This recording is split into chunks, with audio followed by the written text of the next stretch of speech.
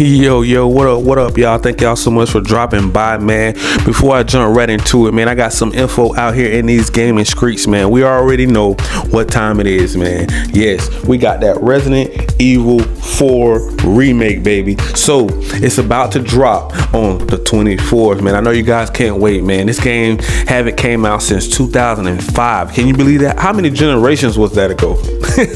That's crazy, man. But you already know, man, it's going to be on PS5, PS4, Xbox Series X and S, and PC. So it's pretty much going to be a next gen game, but they are kind of still holding back with last gen. I know the fan base, I already know everybody already kind of upset about that. A lot of people have been complaining about, okay, we've been hearing Jill Ryan talk about re-believing generations, right? But you ain't really crossed all the way over yet to PS5 because they don't want to miss those sales. And we can understand that, man, because we already know Sony's about that bag, right? So this is going to be an adventure horror game, survivor game, man. So I mean, all you guys miss those thrills and that suspense and those puzzles and everything that Resident Evil brought to us back in the day on the old PlayStation. Like, I can remember back on the PS1 days, man. I'm talking about Resident Evil was the most scariest game I think that I ever played. I'm talking about, so yes, I have been into the Resident Evil franchise for a very long time, but I stopped playing it after it came out so many times. Like, I really only liked the first two of them, and after that I kind of jumped out of the series because I was like, okay, I don't know how much more Resident Evil, how many more zombies I can kill. So so that's kind of what happened to me. But big shout out to Capcom, man. Big shout out to the whole entire Resident Evil fan base, man. I know this is a new step in the right direction for a remake, and it's pretty much what this whole entire generation been about. Remakes. Every time you turn around, it's a new remake coming out. So if they're gonna keep it going, at least do it right. And I feel like they finally hit the target, man, with this remake, with The Last of Us and stuff like that, man. As long as they keep doing it this way, I don't think we have too many complaints.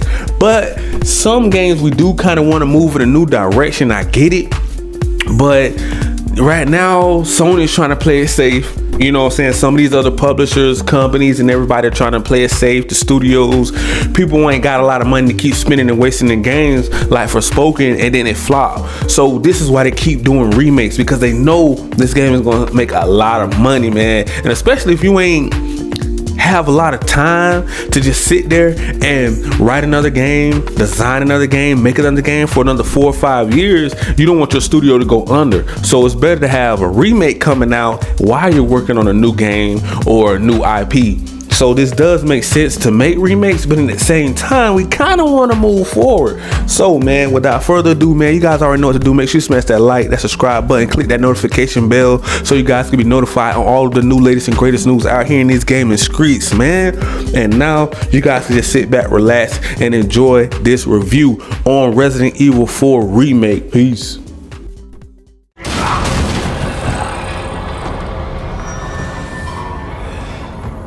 Out. In light of the high-quality remakes of Resident Evil 2 and 3 released in 2019 and 2020, it felt like a safe bet that Capcom would do an equally admirable job of rebuilding Resident Evil 4. Even so, when I hit the start button on this 2023 remake of the legendary 2005 action horror game, I wasn't prepared for how forcefully it would knock my knees out from under me and suplex me headfirst into 16 hours of sustained tension and exhilaration. Here we go. This fully revitalized campaign dramatically one-ups the original in almost every conceivable way. Its Spanish countryside setting is substantially more sinister, its pacing has been tightened, and its controls have been modernized in order to allow its signature shooting mechanics to really shine. I've been waiting 18 years for a game to thrill me in the same way as Resident Evil 4. As it turns out, this whole time I've just been waiting for another Resident Evil 4. Oh, you gotta be kidding me. The original Resident Evil 4 is a landmark installment in Capcom's seminal survival horror series that, for many, would need no introduction. However, considering it came out back when we assumed that Episode 3 would be the last Star Wars film,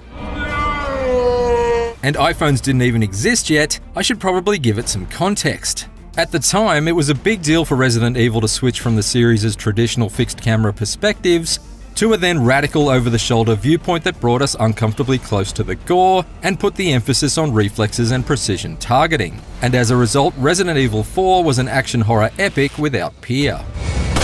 Its influence has subsequently been felt in countless other third-person classics like Gears of War, Dead Space, and The Last of Us, but it hasn't aged all that well. In preparation for this review, I returned to the original game for the first time in years, and was shocked at how badly this remake was needed. The movement of main star Leon Kennedy felt ridiculously restricted.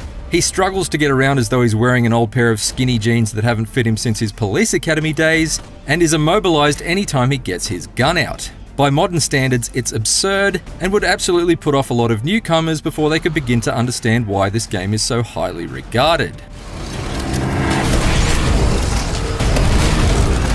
Thankfully, those days are gone.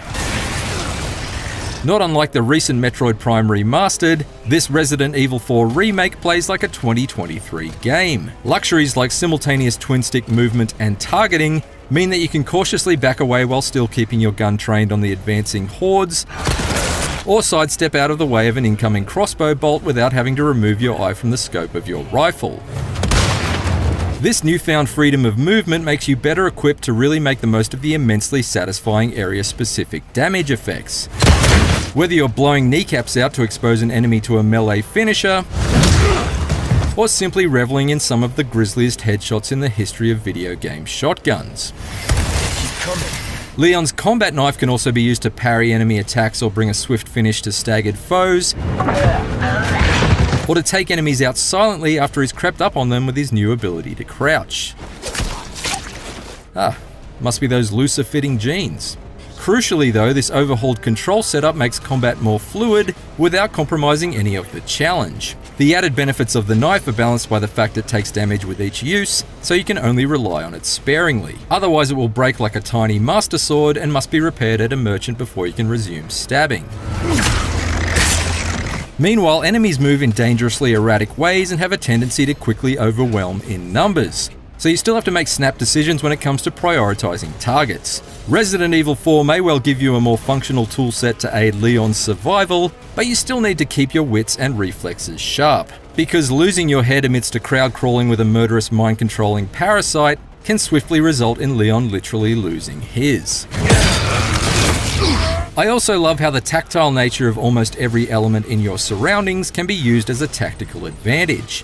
Whether you're baiting the terrifying Dr. Salvador into clumsily carving his chainsaw through a crowd of his own minions, or setting fire to a cow so that it rages out of control and scorches everyone in its path. When ammunition is always at a premium, it's both practical and ridiculously entertaining to let a flaming hunk of hamburger do your dirty work. Many of you under 30 may have no clue what Resident Evil 4 is even about, but it's perhaps best described as riding a roller coaster that's careening off the rails to crash through a row of spectacular haunted houses. What starts as a fairly straightforward rescue mission, with Leon sent into a small Spanish village in search for the US president's missing daughter Ashley, soon hurtles into a heart-stopping series of battles against towering trolls, desperate defenses against crazed hordes in boarded-up cabins, outrageous assaults on a heavily fortified castle, explosive minecart chases, and countless run-ins with some truly twisted freaks infected with the mutating Las Plagas parasite. All of which look consistently incredible reimagined on Capcom's RE engine. The original RE4's famously flabby final third has been tightened up considerably, and it all builds towards an improved and genuinely imposing final boss fight that took all of my skill and ammo reserves to topple. Of equal importance to its renovated environments and enemies is the anxiety-inducing audio design. Whether it's the manic chanting of its parasite-riddled peasant farmers, or the throaty rumble of a chainsaw motor idling in the distance, just listening to it all routinely had me inching towards the edge of my seat in anticipation for each enemy encounter. So when the carnage kicked off and the tension spiked, I had hardly any couch left to cling to. No food for you! At every step of the journey, there are enhancements both big and small. The original's gimmicky, quick-time event-heavy knife battle against Major Krauser has been transformed into a gripping blend of parries and counter-attacks. Too slow! while the frustration of escorting Ashley through certain sections has been significantly reduced by ditching her health bar, so you don't need to waste valuable green herbs on healing her. You hurt? No, I'm okay. Elsewhere, there have been considerable structural changes that make the environment feel more cohesive. For instance, in the original game, the lake area primarily served as the backdrop to a boss fight. But now you can fully explore the lake and its surroundings by boat, docking at various inlets to scour cabins and caves for additional puzzles, Some kind of shrine. valuable treasures, and hidden horrors lying in wait.